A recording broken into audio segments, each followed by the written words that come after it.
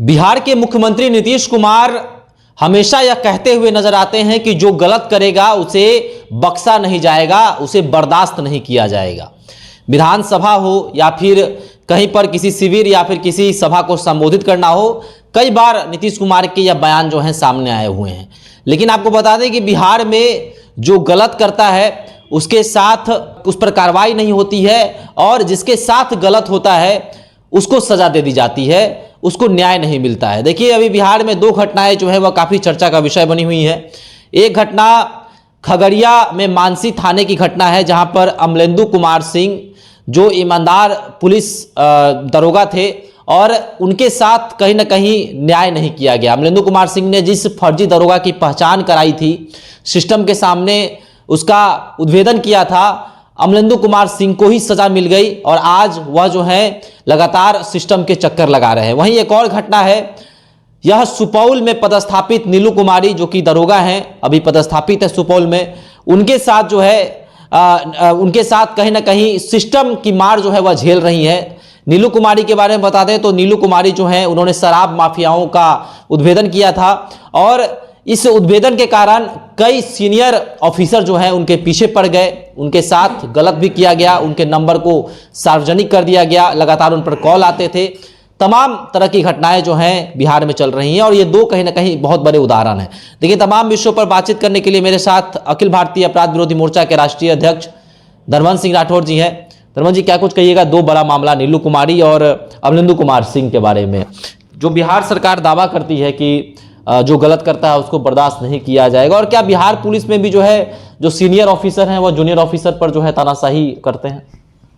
देखिए, दोनों घटना जहां दो ईमानदार पुलिस पदाधिकारी की बात है, एक महिला दरोगा है, एक पुरुष दरोगा है।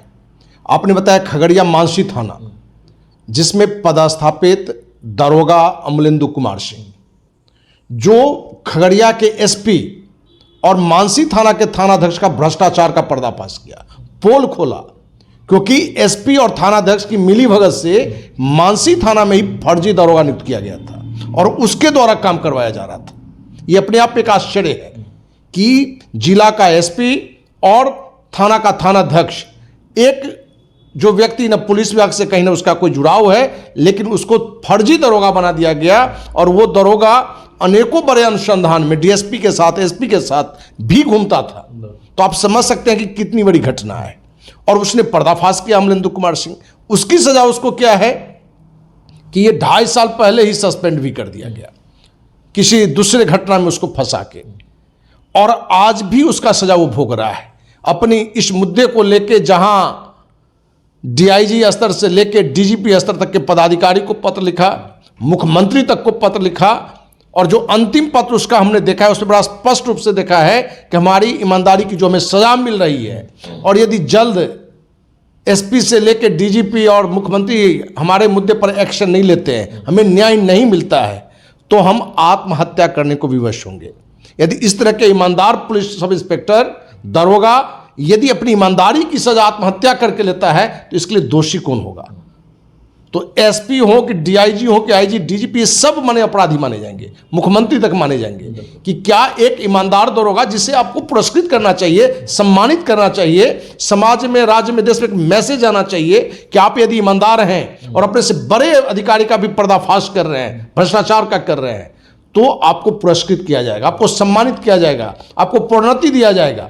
लेकिन उल्टा इसके साथ घटना घट रहा है। एक तो फर्जी केस में फंसा दिया गया, और जानकारी दें कि बीच में डीआईजी बेगूसराय ने पक्ष में दिया था दरोगा का कि इस पर गलत आरोप लगा के फंसाया गया है, इसलिए इसको निलंबन मुक्त किया जाए, लेकिन एसपी निलंबन मुक्त नहीं किया। अब उसको यहां डाल दिया गया रोहतास में।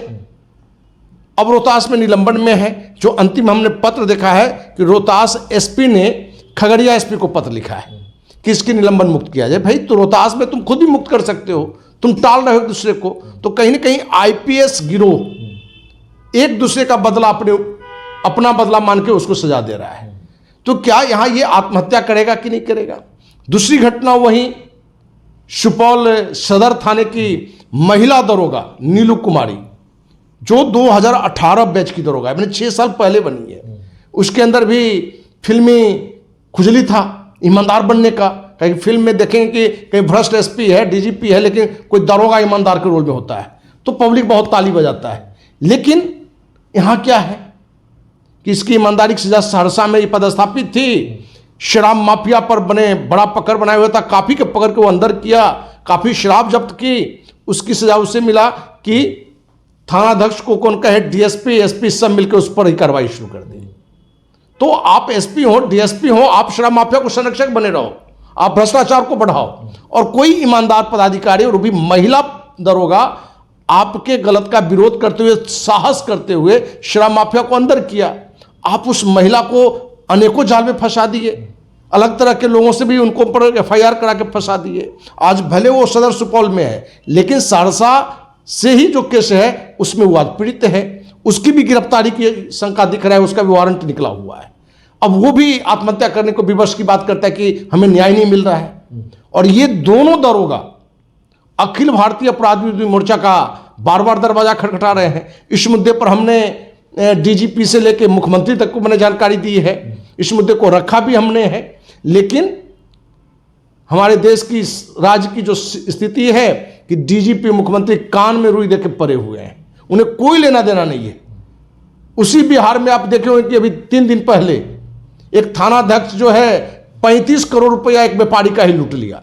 मैंने आप हेडलाइन देखोगे कि थानाध्यक्ष बना लुटेरा, 35 लाख का लुटेरा, जिससे लोग रक्षक का उम्मीद करता है वही भक्षक बन जा रहा है।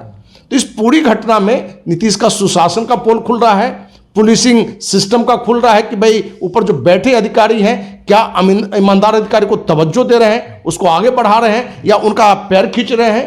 तो ये दो घटना पूरे बिहार के सीएम नीतीश हो कि पूरी पुलिसिंग मैंने एसपी हो कि डीआईजी आईजी से डीजीपी तक हो, सबका पोल खुल रहा है कि आप किस उम्मीद से उससे ईमानदारी की उम्मीद कर रहे हैं। आप शराबबंदी के नाम पर अरबों रुपया महीना लूट रहे हैं, और कोई यदि ईमानदार दरोगा उसको रोकने का प्रयास कर रहा है, गलत लोग को पकड़ने का प्रयास कर रहा है, तो उसको आप सजा दे रहे हैं। तो ये दोनों घटना में राज्य सरकार का रियल चेहरा दिख रहा है। अच्छा, एक द खाकी द बिहार चैप्टर की वेब सीरीज है, उसमें बड़ा अच्छा डायलॉग है कि आप जितने ईमानदार रहेंगे उतना आपके प्रमोशन में देरी होगी, आपका प्रमोशन नहीं होगा। अगर आप करप्ट हैं, अगर आप माफियाओं के साथ हैं, सिस्टम का चापलूसी कर रहे हैं, तो आपका प्रमोशन तुरंत होते हुए चला जाएगा। तो क्या सर बिहार में भी यही दिख रहा है? बिहार में भी क्या जो सिस्टम के खिलाफ बोलता है उसको जो है सजा मिल जाती है? देखिए, पुलिस व्यवस्था में ही नहीं, हर क्षेत्र में जो भ्रष्ट है, जो चमचा किस्म का आदमी है, बिना मतलब का जी हुजूरी करने वाला, आप सत्ता में भी देखें, सरकार में भी देखेंगे, वो मंत्री अच्छे पद पर रहते हैं जो मुख्यमंत्री का पैर पकड़े हुए है, गलत में भी जी लगा रहा है। बिहार की भी स्थिति में आपको दिखेगा, जो भी नीतीश के बायां दायां हाथ जो जिसको देखते होंगे, वो सब सही मायने में चमचा है, एक तरह का दलाली करता है। नीतीश का माने हर गलत में भी सपोर्ट करता है, या गलत पैसे की वसूली का धंधा भी करता है। ऐसे लोगों का प्रमोशन है। पुलिसिंग विभाग में बड़ा स्पष्ट है कि जो अधिकारी ईमानदार है उसको आप निलंबित कर दे रहे हैं। 2.5 साल 3 साल माने जो निलंबन में रहेगा उसका जीवन यापन भत्ता तक पर रोक लगा दिया गया है। कोई भी भाई आत्महत्या करने के लिए विवश हो जाएगा। तो आपने जो फिल्म में दिखाया है, जो भी चीजें देखी, वो बिल्कुल सही है। यदि आप बड़े अधिकारी के जी हुजूरी में हैं, उसके गलत का भी विरोध नहीं कर रहे हैं, तो आपका प्रमोशन होगा। और आप गलत का विरोध करते हैं तो प्रमोशन तो कुछ छोड़िए, आपको निलंबन कर दिया जाएगा, आपको बर्खास्त कर दिया जाएगा। और ये दो दरोगा, एक महिला दरोगा है, एक पुरुष दरोगा है। क्या ये ईमानदार होना इनके लिए जानलेवा बन गया? आत्महत्या करने के लिए विवश हो गए हैं, अपमानित महसूस कर रहे हैं। क्योंकि जो खगड़िया के मानसी थाना का मलिंदु कुमार सिंह दरोगा थे, उनके साथ तो मैंने एसपी ने एक मिली भगत लगा के कुछ पुलिस कर्मियों के द्वारा पिटवाया भी, उसकी पिटाई भी किया गया मलिंदु कुमार सिंह जी का। तो एक ईमानदार दरोगा को अपमानित करते हैं, पिटाई करवाते हैं, और 2.5 साल से अधिक समय हो गया निलंबन में वो जी रहा है। ये कौन सा कानून बता रहा है? किस बात के लिए निलंबित है? वहीं नीतीश बाबू जो अपने को सुशासन बाबू कहते हैं, डीजीपी अभी अपने को नया का सिंघम के लोग कहता है, पूरी मीडिया उसको बड़ा उछाल रहा था। आज कहाँ है कि भाई ये दो दरोगा बराबर न्याय की मांग कर रहा है। अखिल भारतीय अपराध विरोधी मोर्चा इसके मुद्दे पर आवाज उठा रहा है, जो उसे न्याय मिलना चाहिए, आज भी उसको न्याय नहीं मिला है। तो आपको विश्वास दिलाते कि इन दोनों मुद्दा पर हमने भी संकल्प ली है कि अखिल भारतीय अपराधी मोर्चा न्याय मिलने तक इस मुद्दे पर अपनी आवाज उठाता रहेगा। जरूरत पड़ेगा तो इन दोनों के मुद्दे को लेकर एक बड़ा अभियान भी चलाया जाएगा। अच्छा, नीलू कुमारी के न्याय के लिए कई राजनीतिक पार्टियों ने भी जो है पत्र लिखकर, आवेदन देकर जो है उनके न्याय की मांग की है। तो जो अफसरशाही की जो बात होती है कि पहले लालू के समय में जो है विधायकों का सुना जाता था, दरोगा सुनते थे, एसपी सुनते थे, लेकिन अब नीतीश के राज में क्या अफसरशाही बढ़ी है? क्या प्रशासन जो है वह नेता जनप्रतिनिधियों का नहीं सुनता है और अपने मनमौजी काम करता है? देखिए, इन दोनों मुद्दे पर कुछ विपक्ष के नेता ने आवाज उठाई है, वो भी जिला स्तर का उठाया है। तो सरकार की पार्टी का नेता उठाए तब तो इनकी बात बन जाएगी, लेकिन अपने राज्य का ये दुर्भाग्य है बिहार का कि जो सरकार में नेता हैं वो उनकी माने गूंगे हो जाते हैं, वो बहरे हो जाते हैं। कहीं भी भ्रष्टाचार हो रहा है, जुल्म हो रहा है, अन्याय हो रहा है, उस पर वो बोलना नहीं, क्योंकि उसको मालूम है हम विधायक हैं, हम मंत्री हैं, हमको क्या बोलने की आवश्यकता है। तो नीलू कुमारी वाले मुद्दे पर जो आपने कहीं जो देखा वो जिला स्तर पर मैंने कुछ विपक्ष के दल के लोग कुछ आवाज उठाए हैं, वो आवाज नीतीश जैसे बहरे और डीजीपी जैसे बहरे तक जो सुनाई देना चाहिए वो सुनाई नहीं दे रहा है। उसके लिए एक मजबूत आवाज चाहिए। विपक्ष का भी बड़ा नेता आपको आवाज नहीं उठाएगा, उसको भी सत्ता से ही मतलब है, वो तेजस्वी हो या कोई भी नेता हो। क्योंकि भाई आप दरोगा कोई छोटे पद पर है तो क्या हो गया, यदि ईमानदार है और उसके साथ अन्याय हो रहा है तो सामाजिक संगठन की भी जिम्मेवारी है और विपक्ष का एक बड़ा नेता भी है, उसको उठाना चाहिए। और मुद्दा ही क्या होता है, तो कहीं ना कहीं इनके मुद्दे सिर्फ सत्ता तक ही सीमित होता है। यही कारण है कि जो आपने बताया कि कुछ दल ने आवाज भी उठाई, वो आवाज दबा दिया गया, क्योंकि जो हाई लेवल पर आवाज उठनी चाहिए वो आज तक नहीं उठा है। लेकिन अखिल भारतीय अपराधी मोर्चा इन दोनों ईमानदार दरोगा खगड़िया मानसी के जो अमलेंदु कुमार सिंह जो निलंबित है, जो अभी रोहतास में है, उनसे भी कहना चाहिए टिहरी में पदस्थापित मैंने उनको निलंबन में रखा गया है, और सुपौल सदर की नीलू कुमारी है, दोनों से कि आपको न्याय मिलने तक ये लड़ाई जारी रहेगी और अंत आपको विजय मिलेगा।